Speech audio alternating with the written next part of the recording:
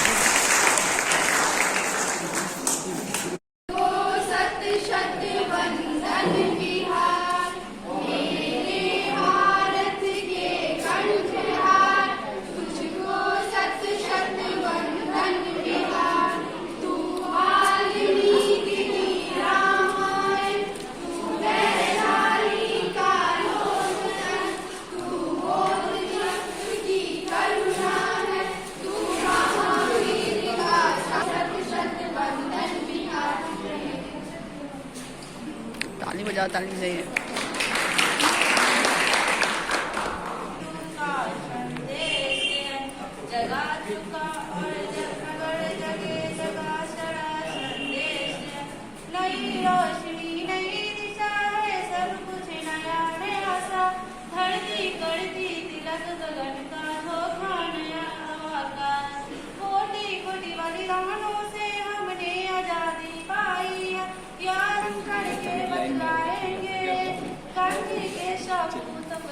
सच करके दिखलाएंगे, धर्म जाति भाषा के झगड़े हम छू ना पाएंगे। भारत को सोने की चिड़िया फिर से हम बनाएंगे। राष्ट्रीय सेवा योजना नवियों का संदेश है, जगह गाँव और नगर जगे है, जगह सारा देश है। सबका हित और सबका सुख MSS का नारा है, चाहे जो हो जैसा भी हो। प्रधानाचार्य को आज निकलना है, तो माननीय प्रधानाचार्य महोदय शौकत अली सर, तिवारी सर, मंजरी जी, गंगेश जी, हमारे पत्रकार बंधु, डॉक्टर साहब और इस सभागार में उपस्थित सभी छात्र और छात्राएं, सभी शिक्षक। आज 7 दिवसीय कार्यक्रम कैंप का आयोजन किया गया है, शुरुआत किया गया है इसका शुभारंभ। तो इसका मुख्य उद्देश्य है, जो NSS का लोगो ही है, मैं नहीं तुम। इसका मतलब है वसुधैव कुटुंबकम, पूरा विश्व हमारा कुटुंब है। इसी धारणा को लेकर आप में एक ज्योति प्रज्वलित करनी है, आपके अंदर के उत्साह को आगे बढ़ाना है, कर्तव्य बोध को जगाना है और आपको स्वावलंबी बनाने के उद्देश्य से इस 7 दिवसीय कार्यक्रम को आगे बढ़ाना है हमें। तो मैं आशा करती हूँ कि आप सभी छात्र और छात्राएं इस 7 दिवसीय कार्यक्रम में पूर्ण अनुशासन के साथ इस 7 दिवसीय कार्यक्रम को आगे बढ़ाइए और स्वावलंबी बनने का शपथ लीजिए। इसी आशा के साथ मैं आज के इनॉग्रेशन सेशन के लिए मैं प्रधानाचार्य को आमंत्रित करती हूँ कि वो अपने आशीष वचन से हमारे छात्र और छात्राओं को संबोधित करें। आदरणीय प्रधानाचार्य।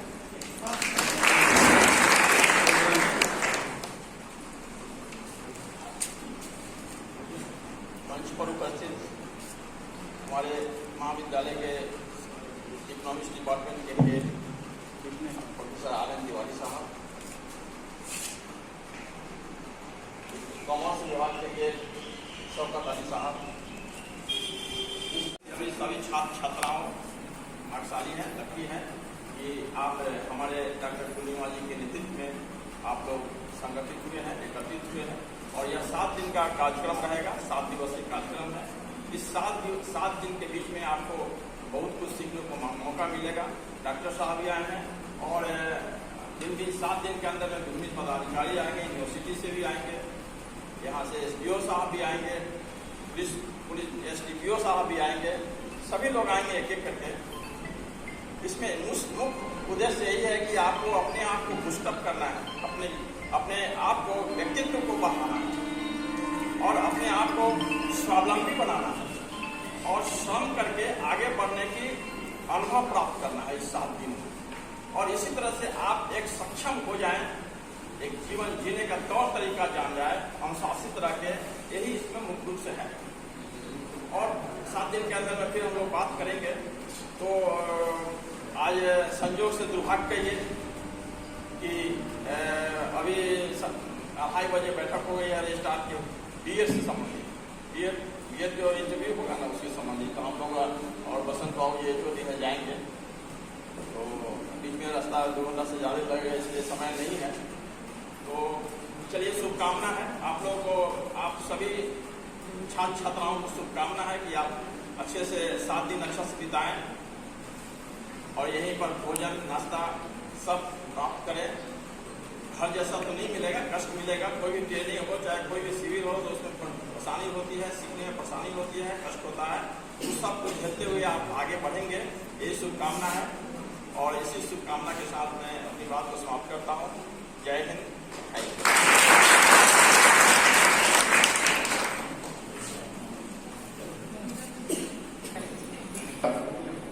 मंजरी जी, पूर्णिमा मैडम, मनोज जी, डॉक्टर साहब, मनीष जी, हमारे शिक्षक बंधु और छात्र एवं छात्राएं, आज विगत कई वर्षों से महाविद्यालय के अंदर NSS का कोई प्रोग्राम नहीं हो रहा था, कैंप नहीं लग रहा था। बड़ी सौभाग्य की बात है कि आज पूर्णिमा जी के नेतृत्व में इस कैंप का शुभारंभ हो रहा है।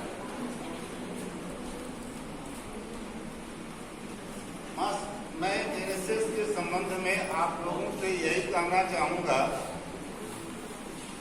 कि हमारा जीवन बहुत अनमोल है। इसका मेन उद्देश्य है सेवा।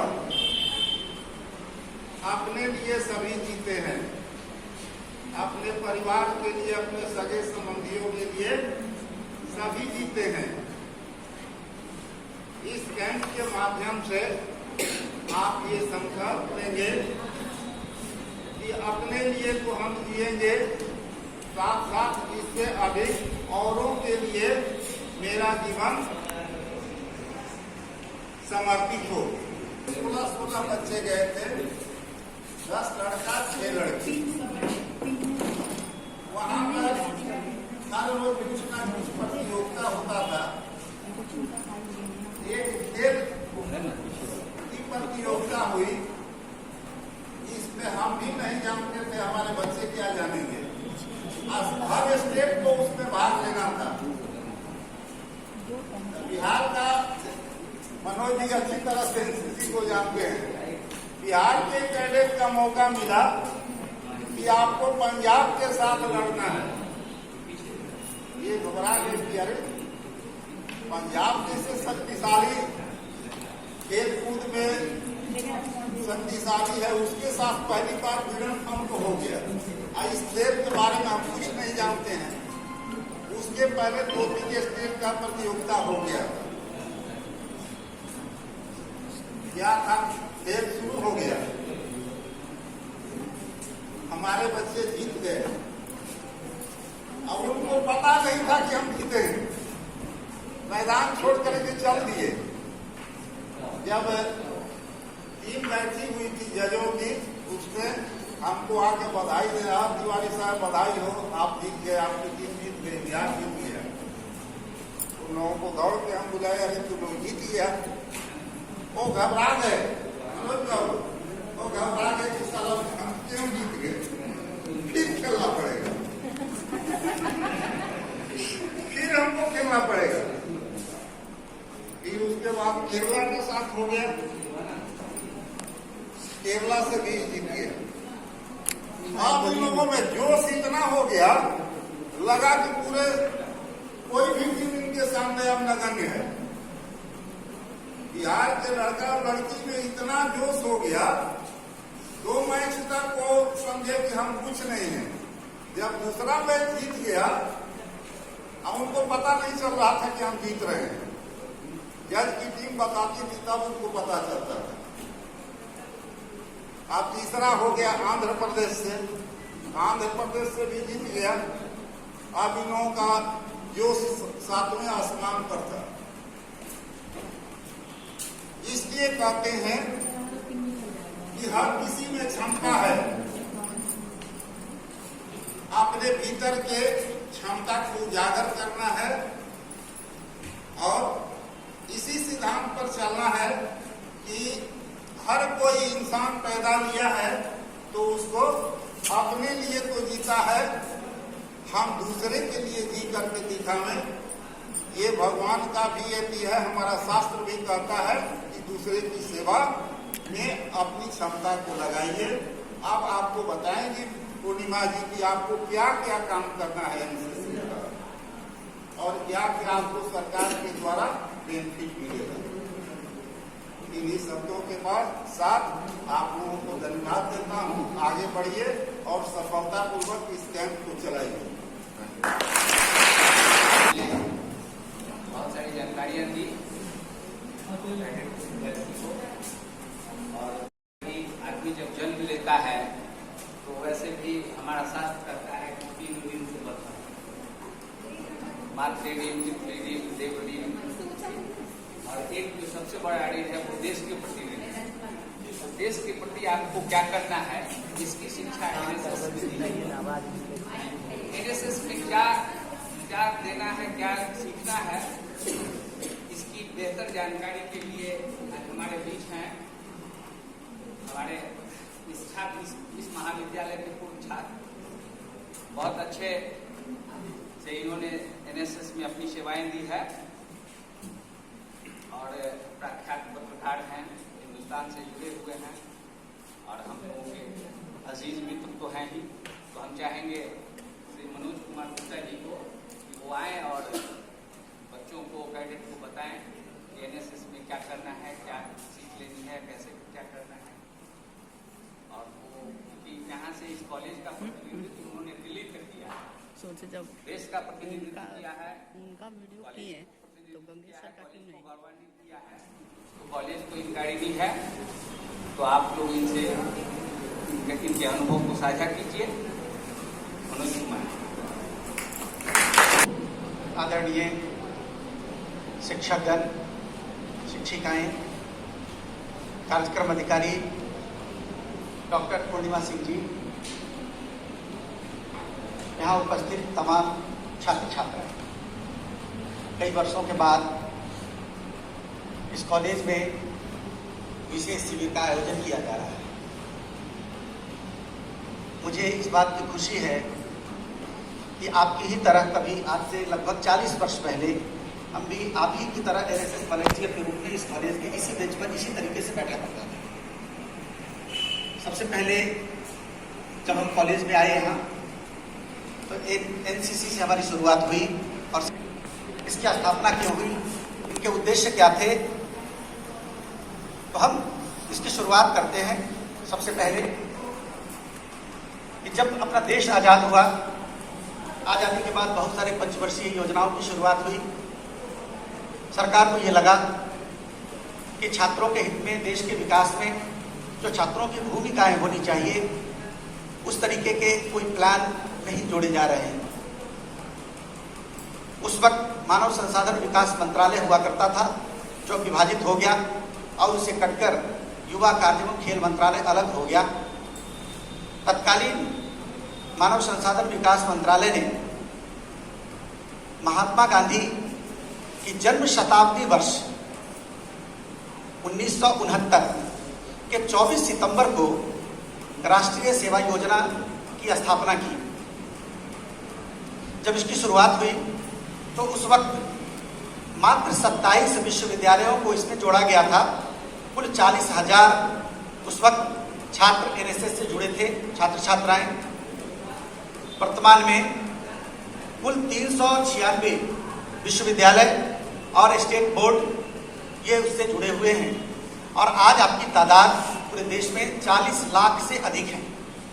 अपने देश की एक बहुत बड़ी संस्था है छात्र, जिसमें छात्र छात्राएं जुड़कर समाज सेवा जैसे कार्यों को बल दे रही हैं। हम ये बताएं कि जिस तरीके से एनसीसी को हम लोग मानते हैं कि ये सेना का सेकंड विंग है, ये उसकी दूसरी पंक्ति है, वो देश के बॉर्डर पर काम करेगी। लेकिन यह भी आपको बताएं कि एनसीसी का भी बहुत बड़ा रोल है, देश के बॉर्डर तक ही नहीं, सेना तक ही नहीं, समाज के कार्यों में भी जुड़कर एनसीसी ने जिस तरीके से कार्य किया है, उसके बाद एनएसएस ने भी अपना योगदान दिया और एनएसएस आज एक बड़ी संस्था, एक बड़े कार्य करने वाली संस्थाओं के रूप में पूरे देश में पहचानी जाती है। राष्ट्रीय सेवा योजना की सबसे छोटी इकाई है। कोई कॉलेज में जो कार्यक्रम होता है या कॉलेज में जो आप हैं अभी जुड़े हुए, यह सबसे उसका छोटा स्तर है।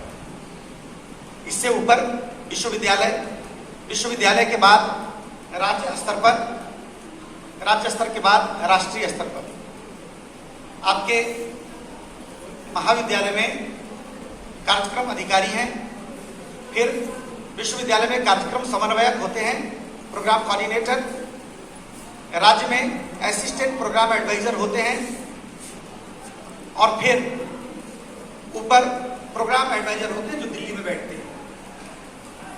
यह शिविर सबसे छोटा शिविर है। आप इसमें अगर अच्छा करेंगे तो आपका चयन विश्वविद्यालय स्तर पर होगा, आप विश्वविद्यालय से राज्य स्तर पर जाएंगे, राज्य स्तर से राष्ट्रीय स्तर पर जाएंगे। प्रतिवर्ष कई राष्ट्रीय एकता शिविर, नेशनल इंटीग्रेशन कैंप का आयोजन होता है, जिसमें प्रत्येक वर्ष ऐसे 10, 12, 15 कैंप का आयोजन होता है पूरे देश में और उसमें एक राज्य से 5 लड़के 5 लड़कियों को सिलेक्ट करके भेजा जाता है। आपको खुशी होगी कि इस महाविद्यालय के छात्र छात्राओं ने जो उपलब्धि हासिल की है वो बड़े बड़े कॉलेजों के छात्र छात्राओं को या विश्वविद्यालयों को नसीब नहीं हुआ है। हम आपको बताएं कि इस महाविद्यालय की कई छात्राएं और कई छात्र 26 जनवरी को राजपथ पर होने वाले परेड में हिस्सा लिया है। यहाँ के छात्र छात्राओं ने, मुझे भी सौभाग्य मिला था बिहार और झारखंड की टीम लेकर जाने का 2003 में। मैंने भी उस कार्यक्रम में हिस्सा लिया था। राष्ट्रपति के द्वारा मुझको भी राष्ट्रपति भवन में डॉक्टर एपीजे अब्दुल कलाम के हाथों सम्मानित होने का मौका मिला था।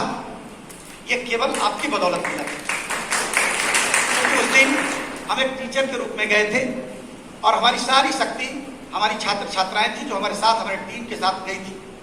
और उसमें पूरे बिहार और झारखंड की टीम में 4 लड़के और 4 लड़कियां थी। आपको बताएं कि 2 राज्यों में जो टीम सिलेक्ट होकर गई थी उसमें 2 लड़की और 1 लड़के शाहपुर पटोरी के थे। उस कुल 8 में 5, 2 राज्यों में मिला के मैं बात कर रहा हूं, 8 में 5 बच्चे आपके एएनडी कॉलेज के थे। नेशनल इंटीग्रेशन कैंप का आयोजन हुआ। यहाँ के बच्चे कई बार चंडीगढ़, अमृतसर, कन्याकुमारी, चेन्नई, कोलकाता, लखनऊ, उसके अलावा भुवनेश्वर, इस तरीके से मेरी जानकारी में लगभग इस कॉलेज के जो छात्र छात्राएं हैं चयनित, उन लोगों ने कम से कम, मुझको जानकारी है जैसी, 25 से 30 राष्ट्रीय एकता शिविरों में हिस्सा लिया। कई तरीके के और भी कार्यक्रम हुए देश स्तर पर। उसमें भी यहाँ के बच्चों ने हिस्सा लिया। नेशनल यूथ फेस्टिवल में जो 10 से 12 जनवरी को होता है, उसमें भी यहाँ के बच्चों ने हिस्सा लिया। मुझको कई बार इस बात का फख्र भी होता है, आपको बताएं कि एक बार बिहार की टीम गई थी यहाँ से भुवनेश्वर, ये पुरी में जब यहाँ से टीम को भेजना था, तो टीम के जाने से मात्र 3 दिन पहले मुझको पत्र मिला कि अब बिहार और झारखंड के छात्रों का सिलेक्शन करके पूरी टीम को लेके और वहां इतने तारीख को पहुंचिए। मेरे पास वक्त नहीं था। 10 लड़के और 10 लड़कियों की टीम, सब AND कॉलेज की, और मैं उस टीम को लेके गया था। बिहार के नाम पर बहुत सारे लोग हंसते हैं कि बिहार के लोगों में डिसिप्लिन नहीं है। पूरे देश के 10 राज्यों के छात्र छात्रा वहां पहुंचे थे और वहां बिहार के छात्र छात्राओं को अनुशासन का सबसे बड़ा पुरस्कार, सबसे अनुशासित टीम का अवार्ड मिला था। और जितने भी, आपको पहले ही मैंने बता दिया कि जितने भी बच्चे उसमें थे वो सभी AND कॉलेज के थे। तो आप वहां तक पहुंच चुके हैं। थोड़ी तकलीफ बीच में मुझको हुई कि हाँ, इस तरीके के कार्यक्रम का आयोजन बंद हो गया था, लेकिन अब मुझको भी लगता है कि डॉक्टर पूर्णिमा सिंह जब इस तरीके के कार्यक्रमों से जुड़ी हैं, प्रोग्राम अफसर बनी हैं, तो निश्चित रूप से एक बार पुनः इस विद्यालय महाविद्यालय का नाम देश स्तर पर पहुंचेगा और आप उसमें शामिल होंगे। राष्ट्रीय सेवा योजना के संबंध में जब इसकी स्थापना हुई तो उसका मूल उद्देश्य यह था, personality development through community service. समुदाय के साथ जुड़कर हम व्यक्तित्व का विकास कैसे करेंगे, इसके लिए इस संस्था की स्थापना हुई। फिर धीरे धीरे छात्र छात्राओं की संख्या बढ़ती गई। शुरू में लोगों को ऐसा लगा, जो स्थानीय स्तर पर रह गए, उनको ऐसा लगा कि ये संस्था केवल साफ सफाई झाड़ू बहारू करने वाली संस्था है, लेकिन ऐसा नहीं है।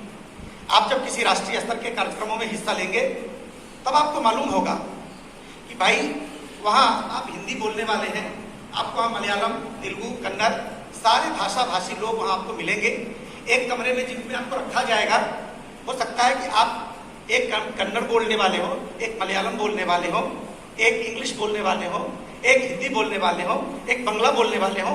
इस तरीके से आपको रखा जाता है ताकि आप उस 10 दिनों में दूसरे राज्यों की भाषा को, उसके कल्चर को आप जान सकें। वहाँ बहुत सारे शैक्षिक कार्यक्रम होते हैं और सांस्कृतिक कार्यक्रम होते हैं। शैक्षिक कार्यक्रमों में आप हिस्सा लेंगे, उस दिन हो सकता है कि आपको ये लगेगा पहली बार कि अरे हम जो अपने को समझते हैं कि बहुत ज्ञानी हैं, उसको तो कुछ नहीं आता है, उससे तो बहुत ज्यादा जानने वाले लोग हैं। तो आप में ये भावना जगेगी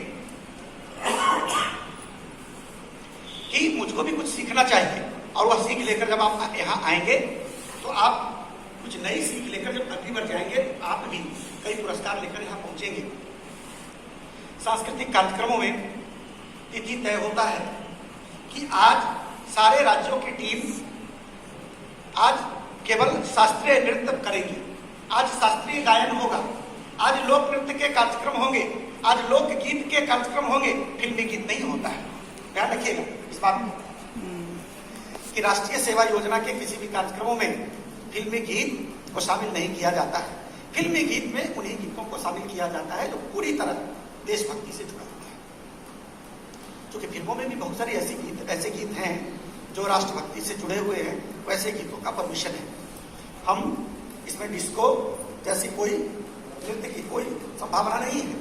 तो आप अपने पर्सनालिटी का डेवलपमेंट कीजिए, किस तरीके से काम करेंगे, क्या सीखना है। आप वाद्य वादन को सीखिए, आप पश्चिमी सभ्यता को छोड़िए, भारतीय संस्कृति, भारतीय सभ्यता को विदेश अपना रहा है और हम लोग धीरे धीरे उसको भूलते जा रहे हैं।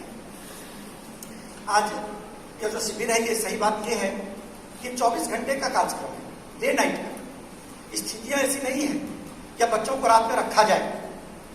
आपको अनुशासित रखने के लिए बहुत सारी मजबूरियां होती है, बहुत सारी परेशानियां होती है, जिसके कारण इन कार्यक्रमों को समेट कर दिन के कार्यक्रमों तक सीमित कर दिया गया है।